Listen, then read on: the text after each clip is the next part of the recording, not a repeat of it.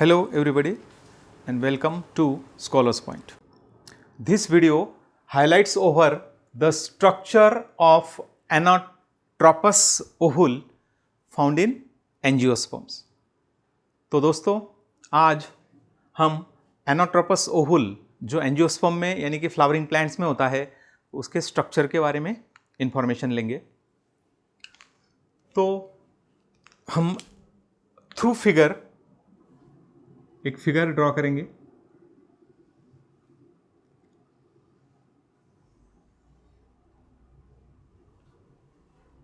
This is the carpel contains stigma, style and ovary, and inside ovary an ovule is there.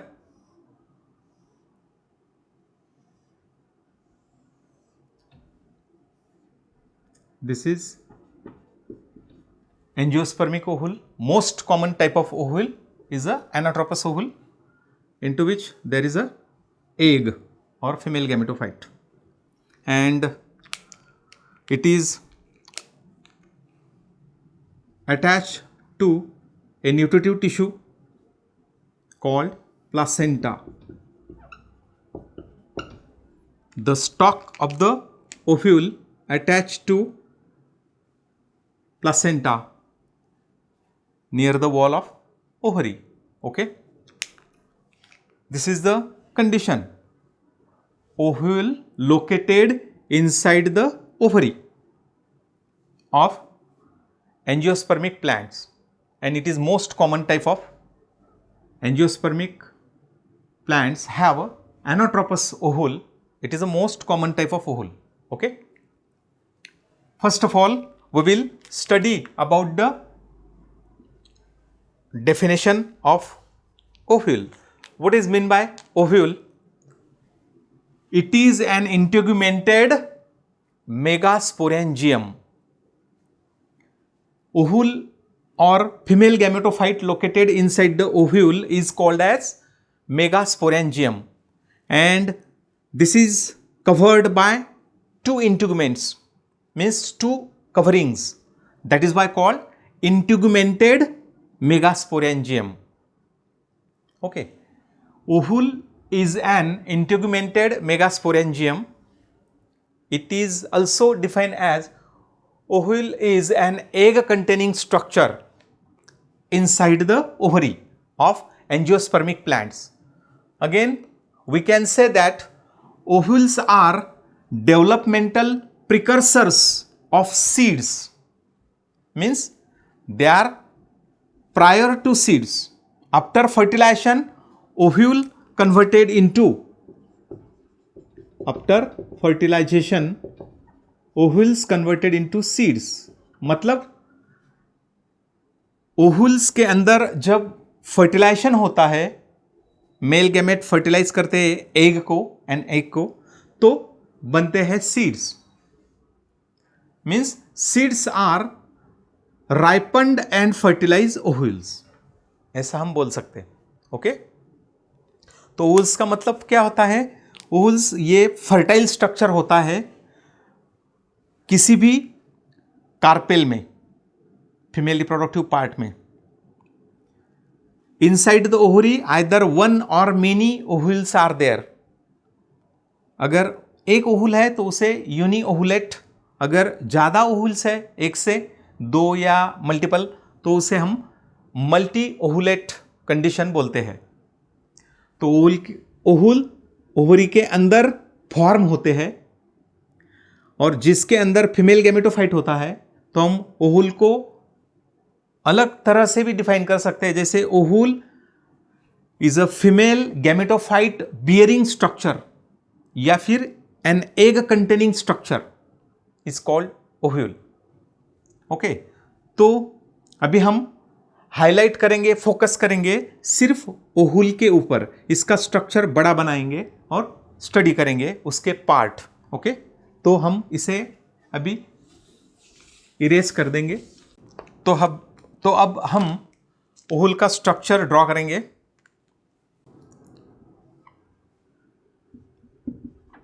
funiculus or funicle. It is the stalk of the ovule. It is narrow and slender and big body. This is the body of the ovule having integuments, an outer integument, मतलब outer covering, and again inner integument. दो type के integuments होते हैं, outer integument and inner integument. After fertilisation, outer integument forming outer seed coat and inner integument forming inner seed coat. Integument का मतलब इसकी outer coverings होती है, दो स्किन होती है, कवरिंग होती है. और ओहुल की बॉडी के अंदर मेन स्ट्रक्चर जो फॉर्म होता है तो उसे हम न्यूसेलस बोलते हैं. This is the diploid mass of parenchyma tissue, that is called nucellus.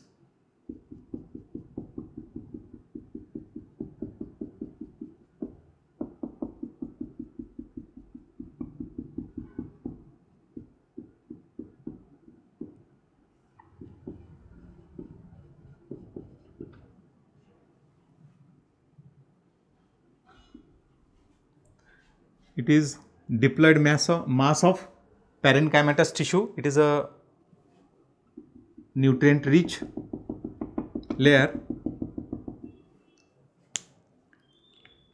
और ये जो होता है ब्रॉड बेसल पार्ट, इसे हम बेस या चलाझा बोलते हैं. इट इज कॉल्ड चलाझा और बेस ऑफ. तो ये पूरा स्ट्रक्चर यहाँ से लेके यहाँ तक बॉडी, ओहुल की बॉडी है. और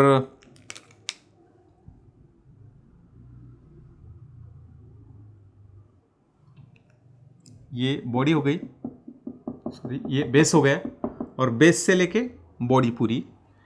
eight terminal end there is a microscopic hole that is called micropyle. Micro का मतलब very small size, microscopic, pyle यानी कि pore, hole. For the entry of pollen tube there is a hole, means entire body of ovule covered by integument except at the tip there is a small pore opening called micropyle. And body held by a stalk called funiculus or funicle. The junction of funiculus with the body is called hilum. This is the portion where the body of ovule attaches with funiculus is called, this is the structure that is called hilum or hilum. Then here there is a nutritive tissue to which the funiculus means stalk is attached, that is called placenta, which provides nourishment to developing ovule through its strand of vascular tissues. Vascular elements are there which conducting nutrients from placenta to developing ovule through funiculus. Okay. Now, inside the ovule there is a main structure called female gametophyte or embryo sac. Here the 7-celled and 8-nucleated structure is called female gametophyte. Contains, this is the female gametophyte, contains an central large cell that is called an egg, which is haploid. At lateral sides there are smaller cells, 2 lateral cells called synergid cells, which are also haploid. then a central diploid cell that is called secondary nucleus. It is the secondary nucleus, and then at basal end there are 3 small cells, haploid cells, bunch or group of 3 cells, that is called antipodal cells.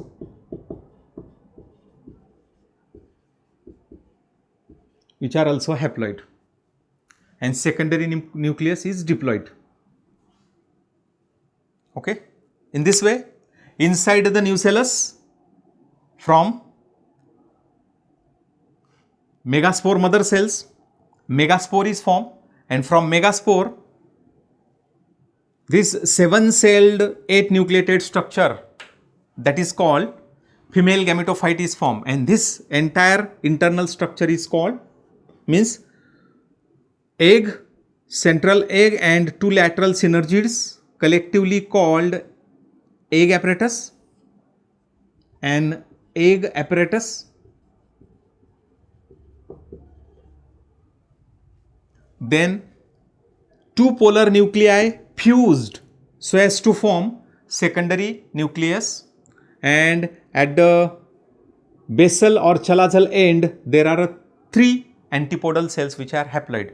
In this way, 3 and 3, 6 cells, 7 cells while 8 nuclei, because here there are 2 polar nuclei, 6 cells with 6 nuclei, and here 1 middle cell, secondary cell, contains 2 polar nuclei. That is why 7-celled 8-nucleated structure is called female gametophyte or embryo sac. This is the female gametophyte or it is also called embryo sac. तो दोस्तों, यहाँ हम जो ओहुल के अंदर वाला part है सबसे, जहाँ हम 7 सेल्स एंड 8 न्यूक्लियाई देख रहे हैं, तो वो पूरा इंटरनल जो स्ट्रक्चर है, सेंट्रल स्ट्रक्चर, उसे हम फीमेल गैमेटोफाइट या फिर एम्ब्रियो सैक बोलते हैं. आफ्टर फर्टिलाइजेशन यहाँ एम्ब्रियो फॉर्म होता है, इसलिए एम्ब्रियो की ग्रोथ और एंडोस्पर्म की ग्रोथ के लिए यह जगह है, चेंबर है, इसलिए उसे एम्ब्रियो सैक कहा जाता है. तो in this way this ovule is not straight, it is somewhat inverted. It is not straight, it is inverted like this. That is why it is called as anatropous, means inverted ovule. Okay, it is the inverted type of ovule, means anatropous ovule. It is a commonest type of ovule found in angiosperms in flowering plants. तो हम structure के बारे में देख रहे हैं. सबसे पहले प्लासेंटा होता है जो न्यूट्रिटिव टिश्यू है, जिसके ऊपर stock of the ovule called funicle और फ्यूनिकुलस इज अटैच, जो न्यूट्रिशन डिराइव करता है और डेवलपिंग पार्ट्स जो होते हैं ओव्यूल के उन्हें न्यूट्रिएंट्स प्रोवाइड करता है. उसके बाद ये स्लेंडर, नैरो, इलोंगेटेड स्टॉक होता है, समवॉट कर्व्ड, तो उसे हम फ्यूनिकुलस या फ्यूनिकल बोलते हैं. और फिर जो बॉडी है, बॉडी इन्वर्टेड हो गई, यानी कि डाउनवर्डली डायरेक्टेड हो गई, तो इसे हम एनाट्रोपस ओव्यूल बोलते हैं. जहां स्टॉक बॉडी को अटैच करेगा, वहां एक narrow band of connective tissue होता है, उसे हम हाइलम बोलते हैं. और फिर बॉडी जो ओव्यूल की होती है वो मेजर पार्ट होती है, तो ये पूरी बॉडी यहां से लेके यहां तक, this entire portion is called as body of the ovule. It contains basal, larger part is called chalaza और बेस.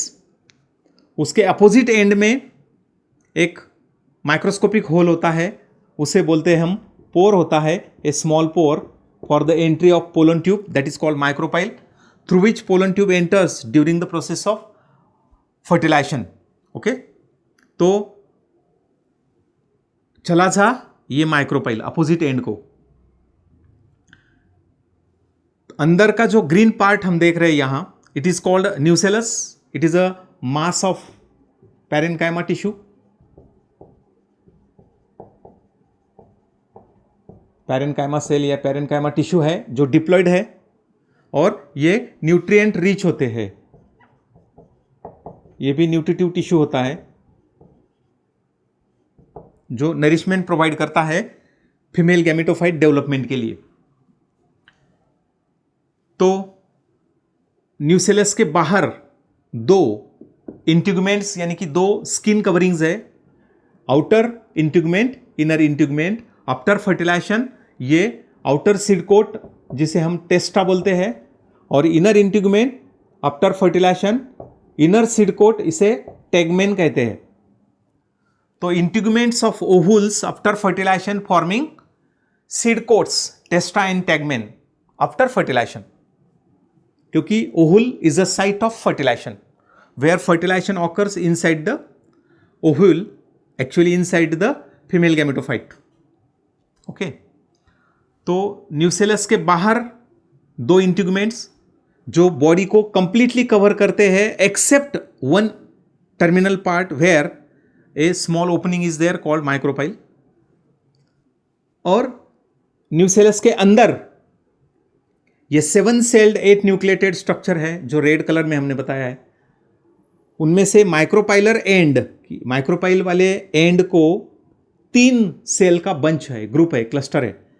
एक सेंट्रल लार्ज एग सेल होती है जो हैप्लॉइड है, और 2 लैटरल छोटी सिनर्जिड सेल होती है। उसके बाद बीच में बिल्कुल फीमेल गैमेटोफाइट या एम्ब्रियो सैक के मिडल में एग्जैक्टली सेकेंडरी न्यूक्लियस होता है, और बेस की तरफ बेस की तरफ चला जल एंड को ग्रुप ऑफ 3 सेल्स होती है, उन्हें हम एंटीपोडल सेल्स बोलते हैं। तो ये सब मिलके फीमेल गैमेटोफाइट या फिर एम्ब्रियो सैक बन गया। Okay, this is the structure of anatropous ovule, common type of ovule in the angiosperms. Okay, अब थोड़ा उसकी साइज और सिमेट्री के बारे में देखेंगे। Ovule in angiosperms have size ranging from length ranging from 0.15 millimetre to 2 millimetre. छोटा जो ओवुल होता है, स्मॉलेस्ट ओवुल, वो मिनिमम 0.15 मिलीमीटर साइज में होता है, और जो बड़ा वाला ओवुल होता है एंजियोस्पर्म में वो 2 मिलीमीटर साइज में होता है। तो लेंथ हो गई 0.15 टू 2 इन लेंथ। उसके बाद ओवुल को सिमेट्री होती है 2 टाइप की।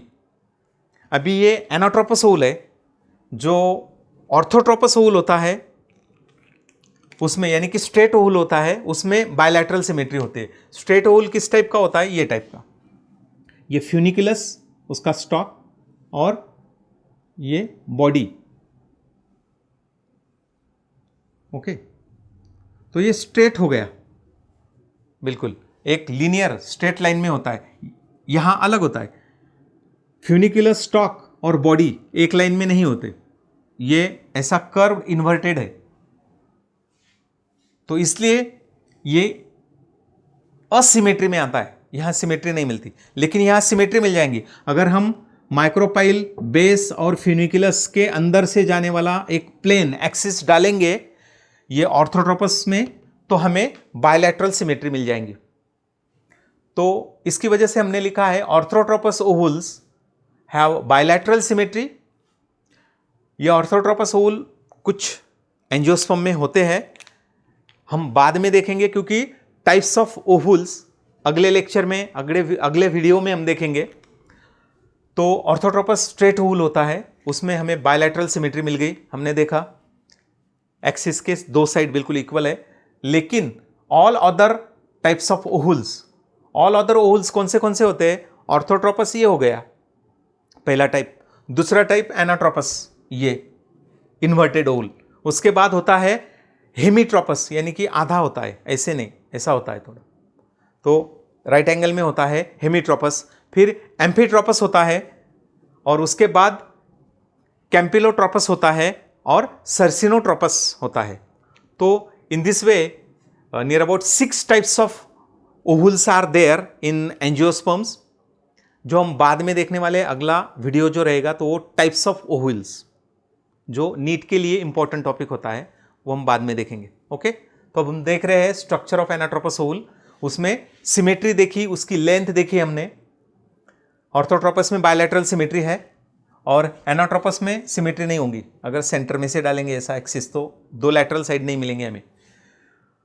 Anatropous ovules are the most common types of ovules in angiosperms. तो हमने पहले ही बोला है कि ये कॉमन टाइप होता है। फिर दूसरे जो टाइप होते हैं, जैसे हम देखते हैं कि ऑर्थोट्रोपस, एम्फीट्रोपस, हेमीट्रोपस, कैम्पिलोट्रोपस और सर्सिनोट्रोपस, तो ये कम नंबर में पाए जाते हैं एंजियोस्पर्म्स में, लेकिन एनाट्रोपस ओहुल बहुत ज़्यादा कॉमन होता है। इसकी वजह से हम उसका स्टडी देख रहे हैं, उसका स्ट्रक्चर स्टडी कर रहे हैं। ओके दोस्त, अगर आपको ये वीडियो पसंद आया है तो लाइक करें, अपने फ्रेंड्स को शेयर करें, और अपडेट्स पाने के लिए आप मेरा जो चैनल है स्कॉलर्स पॉइंट, उसे सब्सक्राइब करें। थैंक्स एंड जय हिंद।